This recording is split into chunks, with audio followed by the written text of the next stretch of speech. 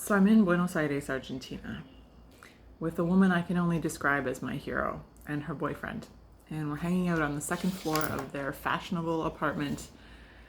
And we're in the middle of this conversation about how we're going to move this project that I've come to work on with them forward. We're running short of money, but we have this amazing vision for how we're going to help people. We're going to change their lives using this creative mashup of science, technology, entrepreneurship,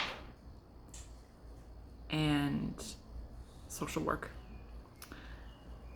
And we're in the middle of making a salad, and the conversation comes to a halt, and this woman, this engineering professor that I know, turns to her partner and says, she's living the best example of liminal space that I've ever seen. And I'm perplexed. I don't know what liminal space is. But as I come to understand over the following years, liminal space is the middle part of change, any change. And it's a 3-part process that is some of the scariest stuff that we go through as human beings. It can take us to the edge of our capacity, and it can also catapult us into everything that we're meant to have.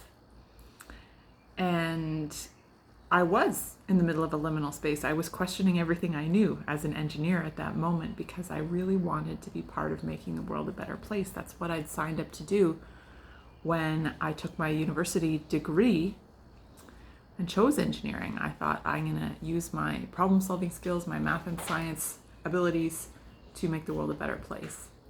And where my career had taken me to at that point was basically doing things more efficiently, and the net effect of that was making rich people richer. The people who owned the shares of the companies that I was working for were doing well because I was helping save money, and our CEO made $10 million the same year that I moved to South America and saw people in poverty in the very land that we were taking their non-sustainable resources out of. So this isn't to knock the mining industry. I think it's important and it can be done responsibly. I knew I wanted to be part of something a little more original, a little bit fresher and more audacious and different than such a traditional industry. And this liminal space was a place where I found myself having left the old, this paradigm that I thought I had, this career that I thought I had figured out, and the new, which I would launch in about 18 months after this conversation where we were making the salad and I was in the liminal space.